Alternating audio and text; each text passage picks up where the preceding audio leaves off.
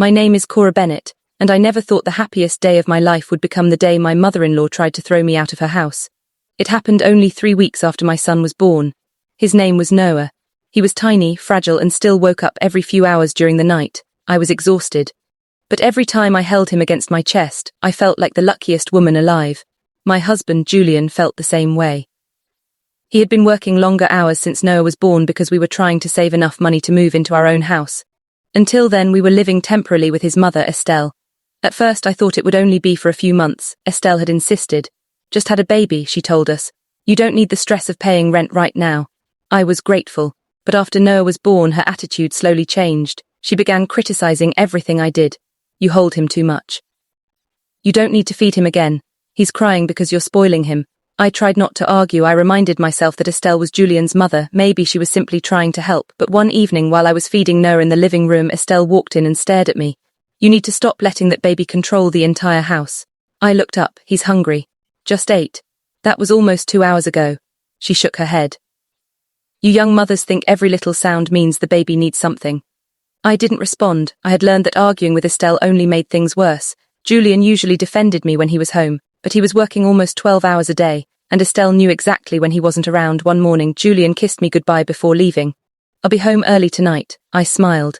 Kay, he touched Noah's tiny hand. Take care of my boys. I laughed. We will. After he left, I went upstairs with Noah. A few hours later, I heard Estelle shouting from downstairs. Came down carefully holding Noah. What happened? She pointed toward the kitchen. You left bottles in the sink. I was going to wash them. That's not good enough. I looked at her. Clean them now. She stepped closer. This house was peaceful before you came here. I froze. I wasn't expecting that. I'm sorry. You should be. Looked down at Noah. He was sleeping peacefully against my chest. Estelle continued. Since you arrived, everything revolves around you and that baby. I said nothing. Then she walked away. I went into the kitchen and washed the bottles. I told myself to forget it, but that wasn't the last time. Over the next several days, Estelle became increasingly hostile. She complained when Noah cried. She complained when I walked around at night. She complained when I prepared meals. She even complained about the laundry. Then one afternoon, she said something that scared me. You should start thinking about leaving. I looked at her. Julian and I are already saving for our own place. Not talking about Julian. My heart sank. Then what do you mean? I mean you. I couldn't believe it. You want me to leave without my husband? She crossed her arms. If that's what it takes. I immediately picked up my phone. Call Julian. She stepped toward me. No, why? Because this is my house. I stared at her. Then she said, you can take your baby and go stay somewhere else. I felt my hands trembling. No, she pointed toward the front door. Then leave. I couldn't believe what I was hearing. I had a 3-week-old newborn in my arms. I had nowhere to go, and Julian was still at work. I tried calling him. No answer. I called again. Still nothing. Estelle looked at me. Your husband is busy. Stop bothering him. I held Noah closer. Then Estelle said the sentence I would never forget. Out of my house. I stood there silently. No, she looked shocked. What did you say? I said no. The first time I stopped trying to keep the peace. I am not leaving this house with my newborn while my husband is at work because you are angry with me. Her face hardened. You have no right to speak to me like that. You have no right to throw me out while I'm holding your grandson. She stared at me, then she reached toward the front door. Fine, I'll make you leave. I didn't know what she meant. Then I heard the sound of a car outside. The front door opened. Julian walked in. He had come home early. He stopped immediately when he saw me standing there with Noah. Then he looked at his mother. What is happening? Nobody answered. Julian looked at me. Cora, my eyes filled with tears. Your mother told me to leave. His expression changed. Immediately interrupted. Julian, this isn't what it looks like. Then what is it? Your wife has been disrespecting me. Julian stared at her. What did she do? She ignores everything I say. That's not an answer. Became defensive. This is my house. Julian nodded. I know. Then you should understand why I don't want her here. Julian looked at me, then he looked at Noah. His voice became calm. Mom, Cora and Noah are my family. Said, and I'm your mother. I know. Then why are you taking her side? Julian took a breath. This isn't about taking sides. He walked toward me. He gently touched Noah's head. Then he looked at his mother. You asked my wife to leave while she was holding our newborn. Didn't respond. Julian continued. That's not acceptable. She became angry. You don't understand what I've been dealing with. Then tell me. Estelle started listing everything, the bottles, the crying, the laundry, the noise, the fact that she felt like she had lost control of her own home. Julian listened, then he said, Mom, none of those things justify what you did. She looked at him. You don't care about me anymore.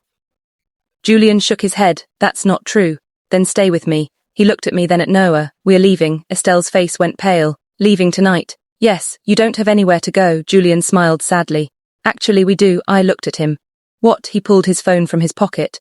I signed the lease this morning. I stared at him. What? He smiled. I was going to surprise you tonight. He had been saving money for months. He had already found us a small apartment. It wasn't huge. It wasn't luxurious, but it was ours. Estelle looked shocked. You were planning to leave, eventually. Without telling me, we were going to tell you tonight. She looked at me. For the first time I saw something different in her expression. Fear. She realized she had pushed too far. Julian picked up the bags. Cora, pack what you need. I nodded. As I walked upstairs, I started crying, not because I was leaving. Because I finally understood that I didn't have to keep living in a place where I constantly felt unwelcome. That evening, we moved into our new apartment. It was small. The living room barely had enough space for a sofa. The kitchen was tiny. The bedroom was simple. But when Julian placed Noah's crib beside our bed, I smiled.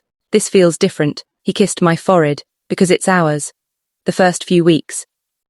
We barely spoke to Estelle. Then one afternoon she called. Julian answered. I could hear her crying. She wanted to see Noah. Julian didn't immediately agree. He told her, Mom, you need to understand something.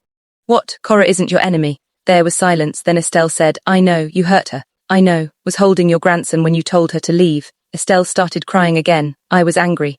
I understand. I thought she was taking you away from me. Julian sighed. Getting married didn't mean I stopped being your son. I know. Becoming a husband and father means my priorities changed.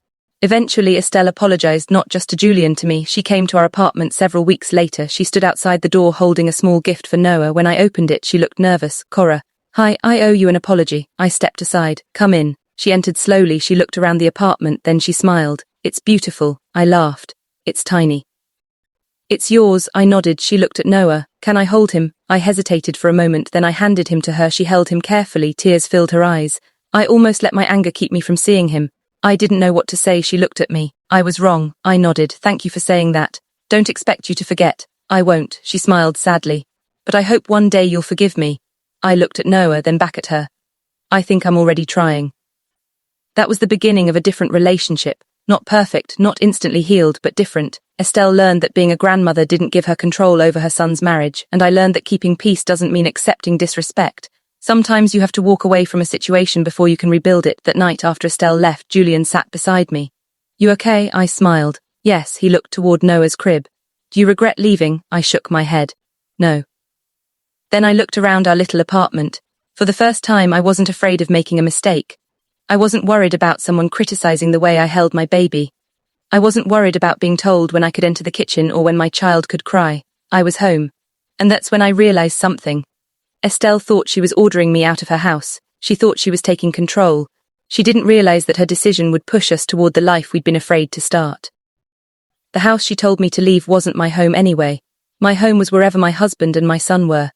And when Julian walked through that door and chose to stand beside his wife and newborn son, I finally understood something I should have known from the beginning. Family isn't about who owns the house. It's about who makes you feel safe inside it. And sometimes, being told to leave is exactly what you need to finally find your way home.